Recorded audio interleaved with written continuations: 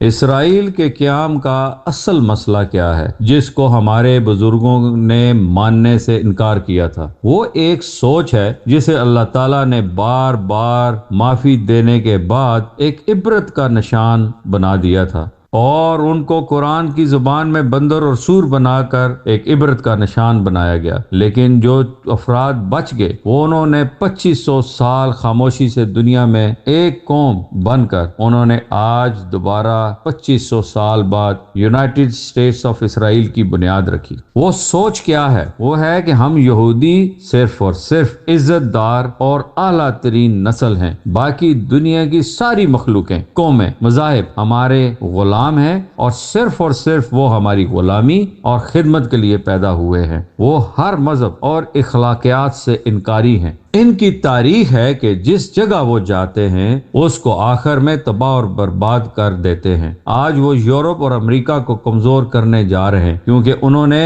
USA کی بنیاد رکھ دی۔ اسرائیل کی پیدائش 1948 میں ہوئی تھی۔ ہم آج بھی خانہ کعبہ، مسجد نبوی، ہر مسجد، ہر محفل، روزہ کھولتے وقت فلسطین عوام کے لیے، غزہ کی آزادی کے لیے اور مسلمانوں کے اتفاق سلوک کی دعائیں کرتے ہیں۔ لیکن بے عمل مسلمانوں کی دعاؤں کا نتیجہ یہ ہے کہ غزہ اور فلسطین صفحہ ہستی سے ختم ہونے جا رہے ہیں۔ بد کردار مسلمان آج اس رمضان میں بھی معصوم مسلمانوں سے اربوں روپے، ملینز آف ڈالرز اکٹھے غزہ کے نام پر کر رہے ہیں، جو کہ غزہ میں جا ہی نہیں سکتے اسرائیل کی خاص اجازت کے بغیر۔ دوسری طرف ہمارے ایک پیر صاحب نے امریکی یہودی سفیر کو پچھلے رمضان میں جب مسلمانوں کا خون، عورتوں کی تذلیل ہو رہی تھی تو اس پیر نے امریکہ کے اس غزہ میں قتل و غارت کی حمایت کی۔ برِ صغیر کے مسلمانوں اور خاص طور پر پاکستان اور افغانستان اور ہندوستانی مسلمان کا مستقبل کے لیے ان کا وہی پروگرام ہے جو آج کا غزہ۔ میرے بھائیوں اور بہنوں،